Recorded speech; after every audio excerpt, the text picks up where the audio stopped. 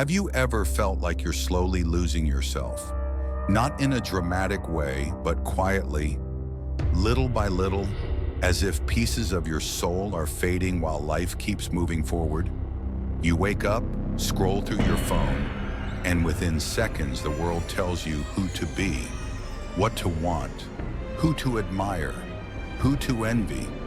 You haven't even left your bed, yet your mind is already crowded with everyone else's life except your own. Carl Jung once said, "People will do anything, no matter how absurd, to avoid facing their own souls." And that's what modern life has perfected. Distraction, a constant stream of noise, pleasure, and stimulation to make sure you never have to sit alone with your thoughts. We've built a world that celebrates speed, but quietly destroys stillness. We are connected to everyone, yet deeply disconnected from ourselves. You can feel it, that quiet tension inside, the anxiety that hums in the background of every day. You're always on, always reachable, always reacting, and yet somehow you feel more lost than ever. We live in an age that glorifies progress, but what if progress is what's killing us? We've made life easier, but not better, faster, but not wiser, more comfortable, but less meaningful. We've mistaken movement for growth and productivity for purpose. Our days are filled with activity, but empty of reflection.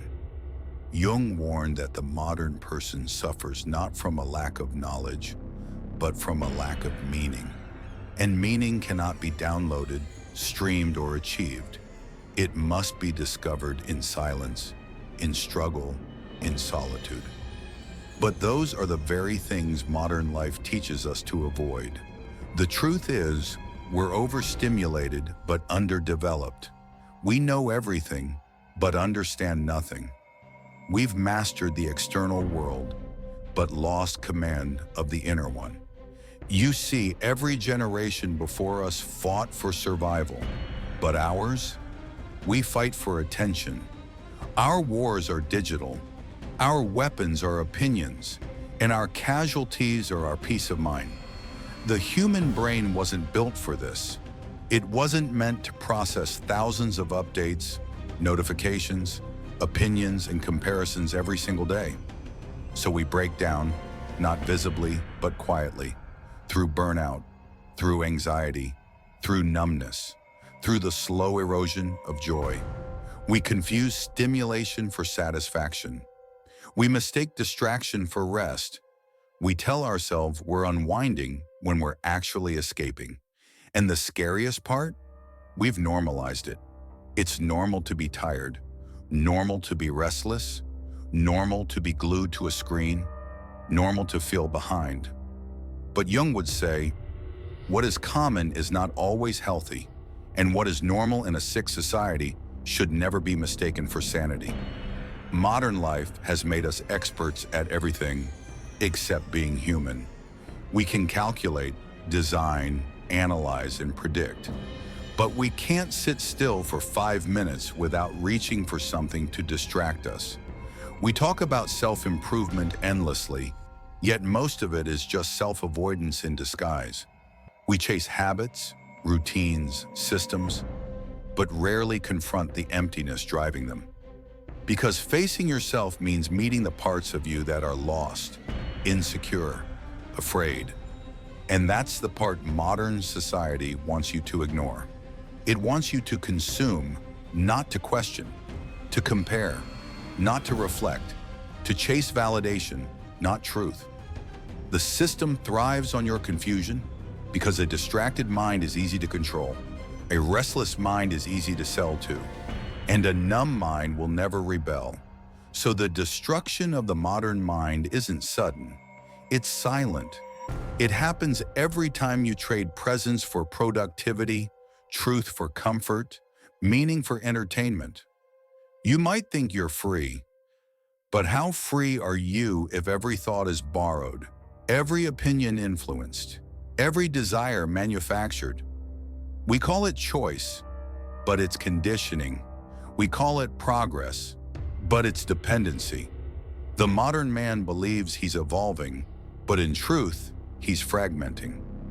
Carl Jung called this fragmentation psychic disunity. When your outer life, the person the world sees, no longer matches your inner truth. When your mask becomes your identity. And isn't that what we see everywhere today? Smiles hiding exhaustion, success hiding emptiness, perfection hiding pain. We've built entire identities on performance. We are what we post. We are what we achieve. We are what others perceive. But in chasing all that, we lose the quiet, unadvertised parts of ourselves. The parts that laugh without reason, love without fear, and dream without limits. This is the true danger Jung warned us about. The loss of the soul beneath the noise of the world. And yet it's not hopeless, because awareness is the first cure. You see, once you begin to notice the patterns, the constant scrolling, the need to prove yourself, the anxiety of not doing enough, you begin to awaken. And that awakening is power. It's when you start asking, why am I chasing this? Who told me this is what success looks like? Do I even want this life? Or am I just afraid to want something different? That is where healing begins. And yes, money plays a role in this story too, because financial pressure is one of the strongest forms of modern control. We're told to chase wealth endlessly, as if it will fix every wound. But what happens when it doesn't? When you reach comfort and still feel empty? You start realizing that what you needed wasn't more income, but more intention. Because without purpose, even wealth becomes a burden. And with purpose, even simplicity feels rich. Carl Jung said, "Man cannot stand a meaningless life." That's why we chase things. Not just money, but goals, status, recognition, anything that promises to fill that inner void. But the void doesn't need filling, it needs understanding. The modern mind is constantly running from that silence, because silence reveals truth, and truth demands change.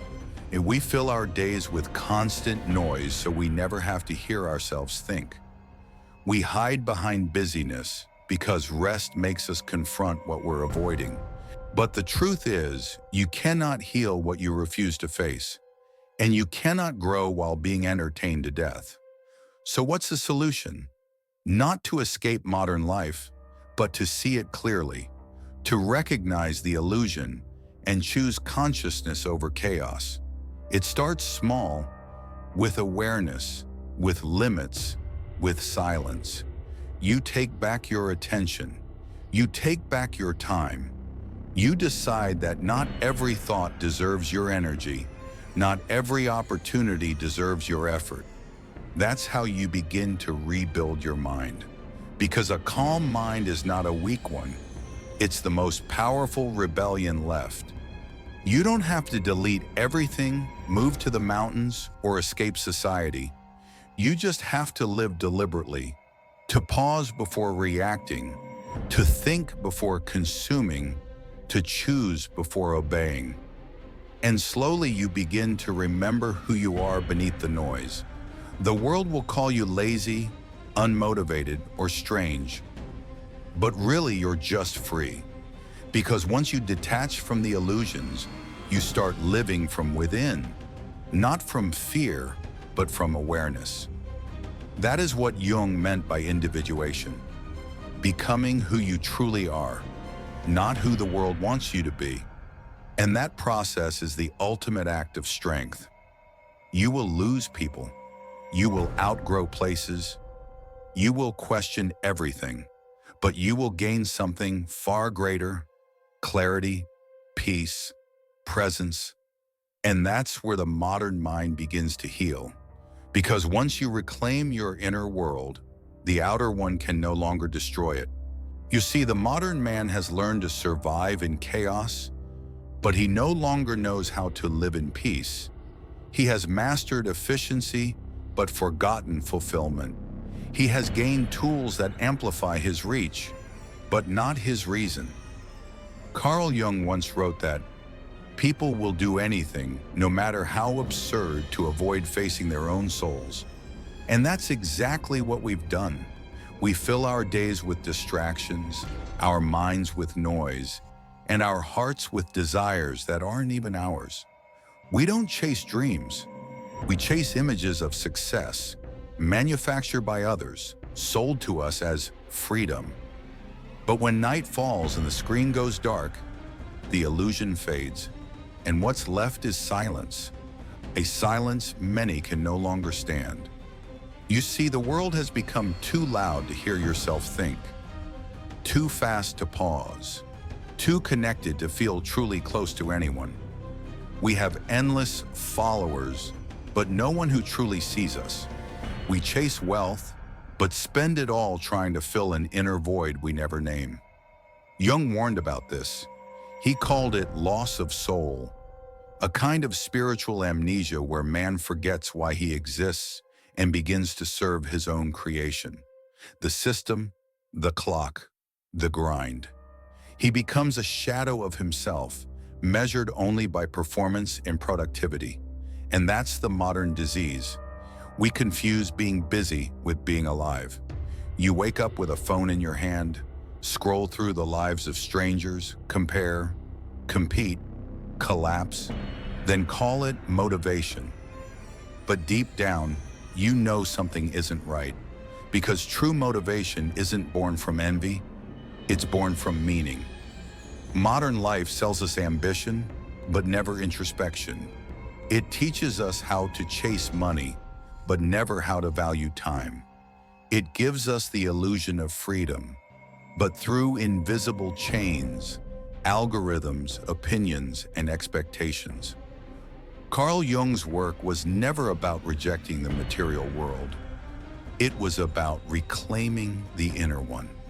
He understood that without self-awareness, all progress becomes self-destruction. And that's where most of us are. Building, buying, achieving, yet quietly breaking. We've mistaken stimulation for satisfaction. We've turned more into the only direction we know. But every system that grows without balance eventually collapses.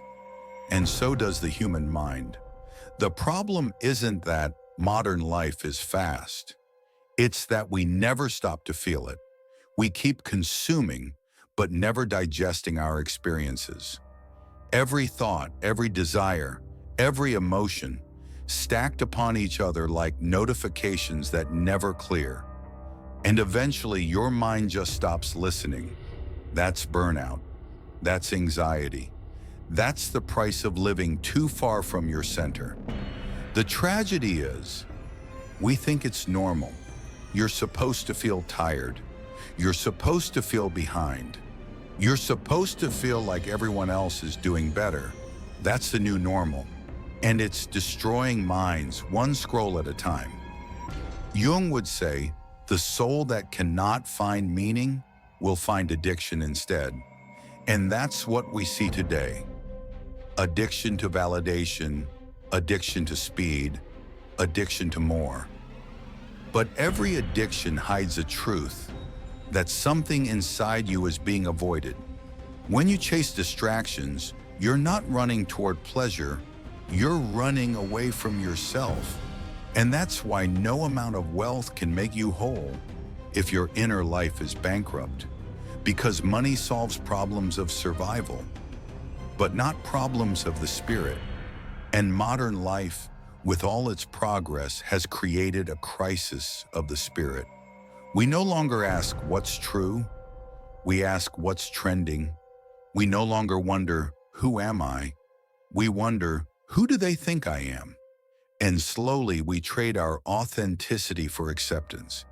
But the mind knows when it's living a lie. That's why you feel the quiet resistance, the fatigue, the hidden frustration you can't explain. It's your psyche begging for alignment. Jung taught that the unconscious always balances the conscious. If you live too outwardly, chasing image, wealth, approval, your inner world will rebel. It will send you anxiety, fatigue, confusion, not to punish you, but to pull you back to yourself. That's what modern depression often is. Not weakness, but communication. Your soul trying to speak in the only language it has left. And here's the irony. We medicate the symptom, but ignore the message. We silence the voice of our own psyche so we can keep running faster to nowhere. Jung's warning wasn't anti-modern. He never said reject society. He said know yourself before society defines you. Because the more advanced civilization becomes, the more primitive the individual must remain.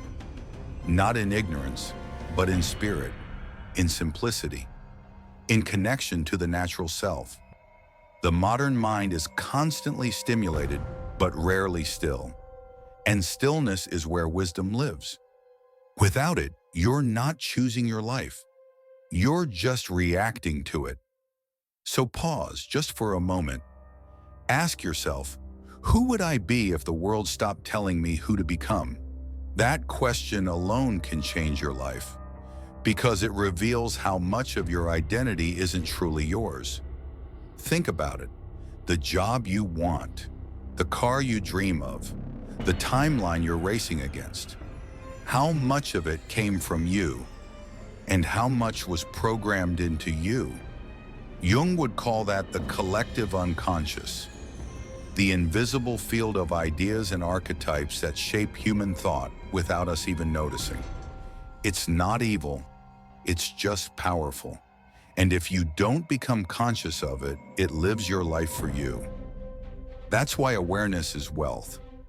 Not the kind you deposit, but the kind you live. Because once you see the pattern, you're no longer its prisoner. That's what Jung meant by individuation. The process of becoming whole, not perfect. Of integrating your shadow, your flaws, your fears, so that they no longer control you. And this process is not comfortable, it's not self-care, it's self-confrontation. It's sitting in silence and seeing all the things you've been avoiding and still choosing to understand them. Because clarity doesn't come from escape, it comes from honesty. And maybe that's the cure for the modern mind. Radical honesty with yourself. To admit that you've been hiding behind goals, behind noise, behind the safety of busyness. Because when you strip all that away, you see what's really there. A person longing for peace, meaning, and control over their own mind. That's the real wealth. Not financial abundance, but psychological ownership. Imagine being so grounded, so self-aware, that no external chaos can shake your internal calm. That's strength. That's freedom. That's what modern life cannot sell you, and what Jung wanted you to rediscover. So if you ever feel lost in this age of noise, remember it's not because you're broken. It's because the world profits from your distraction. Your peace won't be found in the next app, the next purchase, or the next achievement. It will be found in the quiet decision to take your mind back. And that is why Carl Jung warned, not about machines, not about progress, but about unconscious living. Because the greatest danger of modern life isn't that we lose our freedom. It's that we stop noticing that we already have. In the end, Jung's greatest insight wasn't about psychology, it was about balance. He knew that every age of progress also carries its shadow, and in our age, that shadow is disconnection. We have advanced everything except our inner life. We have conquered nature, but not our nature. And until we do, no amount of success will quiet the noise inside. Look around you.